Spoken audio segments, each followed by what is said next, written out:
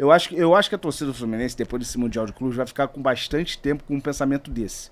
Porra, se a gente fez jogos difíceis, ganhamos, né? Não foi o caso do Borussia, mas dominamos o Borussia, eliminamos a Inter de Milão, o Al Hilal a gente eliminou, né? A gente fez um jogo mais ou menos com o Chelsea, hoje a gente não fez uma partida boa, a gente competiu até o final do primeiro tempo.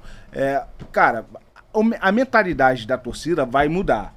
Assim como eu torço para isso acontecer, a mentalidade do time, a mentalidade principalmente da diretoria, porque uma coisa que eu sempre bato na mesa aqui... Ficou bem claro, eu acho, agora, sabe, Ivo? Até para a diretoria, eu acho que ficou bem claro as posições, tá muito escancarado, sabe? Mas não é só as posições que eu quero dizer. É o clube. É o clube no total.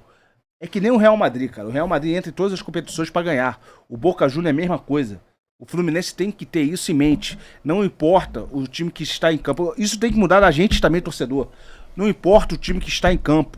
Não importa os jogadores que estão vestindo a camisa do Fluminense. O Fluminense tem que entrar nas competições para ganhar, né? Lógico, uma competição como o Mundial de Clubes, que é muito difícil, é outros 500. Mas as nossas competições caseiras, e até mesmo uma Libertadores, uma Sul-Americana, que hoje a gente se encontra na Sul-Americana, a gente tem que entrar com esse pensamento de vitória. Porque, irmão, essa Copa do Mundo mostrou o peso da camisa do Fluminense. Sim. A nossa camisa é pesadíssima. O Renato não vai dar esse mole. Eu não digo. Esse jogo da Juventude, Atlético Goianiense, que a gente não ganha, né? Atlético Goianiense, Juventude. Isso com o Renato. Mas pra ficar bem claro aqui, não tô falando que seja o Renato treinador, esse time.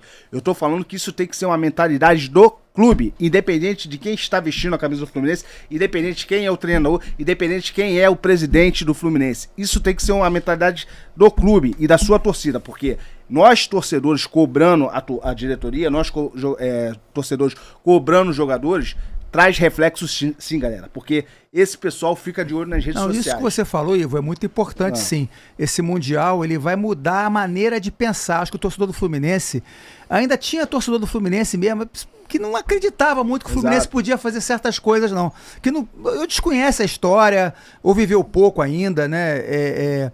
E deu pra ver agora que a Libertadores foi legal pra caramba ganhar, mas é mais um título. A gente tem que estar sempre almejando uma coisa maior e sempre a constância. O que faz um clube grande é uma sequência de títulos. Exato. Entendeu? Olha o nosso rival, como é que tá aí hoje, a situação do nosso rival, né? O Vitor Rinaldo está lembrando aqui, o clube tem que olhar pra si, que é muito grande, né? Tem que brigar por títulos. É exatamente isso que eu tô falando, Vitor. Você tá certíssimo. A mentalidade que você tá falando, você deu aula nisso aqui, porque a gente até comentou aqui no início, que depois desse Mundial, que isso seja um hábito normal de quando o Fluminense entrar em campo, os jogadores têm que ter já tem que ter essa mentalidade, essa filosofia. Mas isso não parte só dos jogadores. Tem que olhar pro clube. Quem é o clube ali? Quem é que assina pelo clube? Essa é a pessoa que tem que começar a doutrinar o clube, né? A mostrar para os seus funcionários e aqueles que virão a ser funcionários do Fluminense em sua gestão, do que é o seguinte, olha, para jogar no Fluminense, a alma ou o coração fica em campo. Um dos dois. Aí você escolhe. Exatamente. É esse tipo de coisa. Então, quando o cara chegar no CT, já tem que ter lá aquele símbolo do guerreiro gigante na entrada. Quando o cara chegar no Fluminense, ele tem que passar pela sala de troféu e conhecer a história do clube, que é para poder entender aquilo ali e ele disputar cada centímetro do campo como se fosse o seu prato de comida. Então, essa é a mentalidade, porque é assim que o torcedor vive. Agora, o torcedor também precisa fazer a sua parte. Parar de escolher jogos, galera. A gente tem que ir todos os jogos do Fluminense possíveis dentro, especialmente dentro do Maracanã. Tem só um instantinho do Dr. Wilson, né?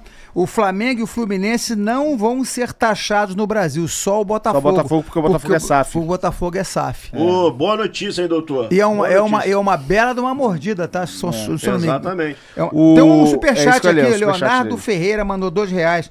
Sul-Americana 2025 é passaporte para 2029. É isso aí, porque a gente depois vai disputar a Libertadores.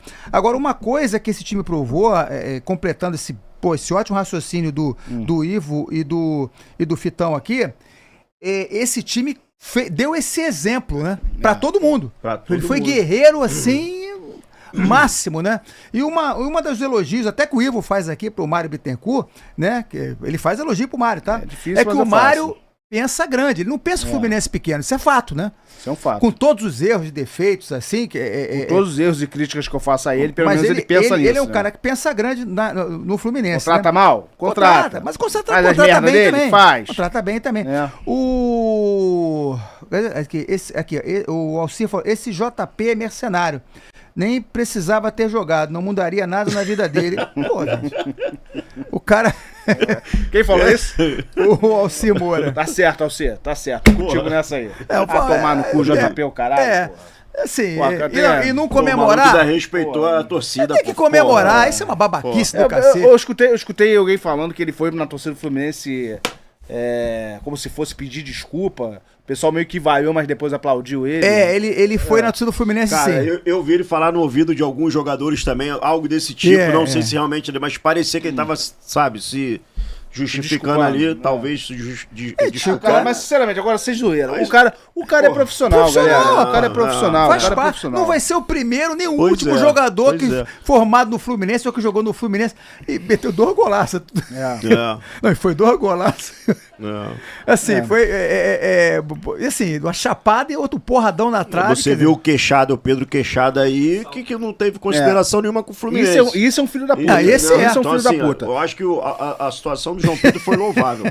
O tio Evandro, que é membro aqui no canal, ele tá falando, mas essa taxa de 40% é de 30%, tá, tio Evandro? É de 30%, Estados Unidos? É de imposto do Brasil ou dos Estados Unidos? Não, Estados Unidos. É dos Estados Unidos. 30% é Estados Unidos. Só que parece que a FIFA tá estudando aí, tá tentando diminuir essa taxa aí dos clubes, tá?